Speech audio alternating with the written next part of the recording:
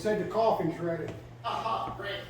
How about you for the This is just the paint shop. Our painter Kate works here. She does everything with a brush. She doesn't use any airbrush or anything. It's all done by hand. The zebra there is one that we carved here at the studio. And the other ones, I don't know. I think this might be for a customer and just has never finished.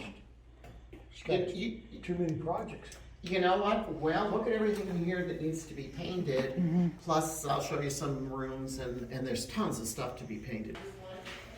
Can you imagine the work involved? Yeah. It's just, look at the detail on that one, and it's not. Okay, these are unrestored. These, if you saw the name upstairs, Lorinda Bray on some animals, these are her horses, her animals that we are restoring for her. The past 6 years that I've been here, we've been working on restoring a complete carousel for her. We're on the last 3 horses. And then now we're gonna start working on here. This kind of gives you an idea. You know, when I come out, feel free to come in and look. But this one here, you see, they put tin on it. Tons of nails and screws in this one. They did whatever they had to do in the park to keep it. Some of these belong to the museum, some are private collectors. We store them for some of the collectors, and in return we can display them. So there's just kind of a whole slew in here. You were asking about price. That giraffe's available for about $20,000. Yeah. We can fit it in your car somewhere. The owner inherited his mother's collection, and he's given some to the museum, but some he's the more valuable ones he's selling. Oh, look at this too. And the cow in the back is from France. It was actually on a carousel underneath the Eiffel Tower when the Eiffel Tower opened, and the entire carousel was cows. And in the back here is a French children's carousel from the 1890s, I think. The animals, there's one animal back there, but the rest are in another storage room. Here, if you really want to touch a horse, go ahead, you can do that in here because we're working on them. But that horse that I just refinished, this came out of one of the legs. Okay? And actually, this container is everything we pulled out of it, restoring it. And not everything, because some of it got thrown away. Because we don't, you know, I don't do one horse myself. You know, everybody works on every horse, depending. And when I'm only coming 3 times a month, so some of the stuff got thrown away. One leg had 15 nails in it. And we pulled those all out and saved that leg. These are the last 3 for the carousel that we've been working on. This one you can see the new wood that had to be put in. Big sections had to be replaced. Try and save as much as we can, but sometimes it's missing. This horse right here that we're working on was missing part of the leg. So we've started carving a new leg. Okay. Can't really tell you how much time it takes because you never really know. It depends on the condition. Most of the ones we get, we take off all the legs and the tail. A lot of times the head also, because these are Herschel Spillmans or Alan Herschel's, and they use nails when they manufacture. So you want to do that. This one had nails in the head, and I could tell on the other side there were some cracks, and the cracks were right where the nails were. This is not going on a carousel. We went back and forth. I opted not to take the head off on it because it was sturdy. It wasn't moving. There was no reason to take it off other than to remove the nails. And for as sturdy as it was, I was afraid I was going to do more damage by taking the head off, so I left it. Is that the leg from here? No, actually, this is the leg that's missing. Yeah. Yeah, that's the piece we have to recarve, one like that. This actually goes on this leg here. Oh, okay. So they go, yeah. Yeah. So we have those. We use resin, West Systems resin, fiberglass resin. I actually use some on this.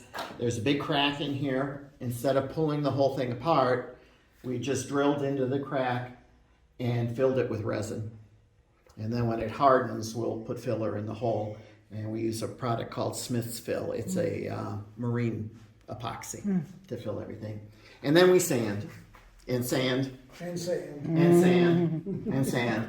And then after you sand everything, this one's actually not, the people sanding on it said, no, it's not close yet. We have a lot more to go. Then once you sand it, you prime it. And then you have to fill again, because when you prime it in white, you see every little Everything. imperfection. And then begins the, how much are we gonna fill? At what point do we say that's Enough. enough? Yeah. Mhm. Because we charge by the, well, these were not, this one we are. We usually charge by the hour, $25 an hour to restore a horse. So restoring a horse starts at about $2,500, and painting starts at about $1,000. So if you did find one, because you could, actually some Allen Herschels, we don't even take them at the museum anymore. We have so many because they're really common. You might pick up a Herschel for $200-300.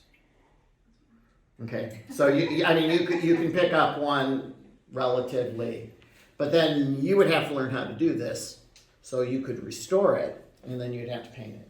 I can just bring it here, right? Yeah, but then you're looking at what it's costing you. I mean, I adopted a horse. They did this thing where you could adopt a horse and then it'll be painted the way you want it. And I adopted it, and what I donated should cover the painting, but it's not. I'm gonna pay for the painting, and it's $1,400. I have some people at Carousel Works doing it for me. Part of my reasoning is, we have our painter here is a horse painter. She does portraits of horses, and an incredible artist. She believes that horses should always look like horses. I do not. My horse is going to be Pepto-Bismol pink Oh, okay. with purple and green accents, and the mane and the tail is going to be gold leaf. So it's costing me a little bit more money. I want a horse that when we put it on our carousel, every little girl who comes in wants to ride that horse. And that's what my nieces would have liked, even though they're way overgrown for that. But Still might want to ride it. yeah, you know what I'm thinking, they would ride it. So are you guys in the process of making this one? Okay, that's a long story. Have you ever worked with artists? No, Not really. it can be very Finicky? territorial and very, sometimes difficult to put multiple artists together. One of our restorers, a friend of hers, designed that horse and did a water thing of it. And the deal is, if we ever carve it, she's going to paint it. Okay. Well, we have a painter on staff. So she came back with her own design for her campus, but we're going with that one.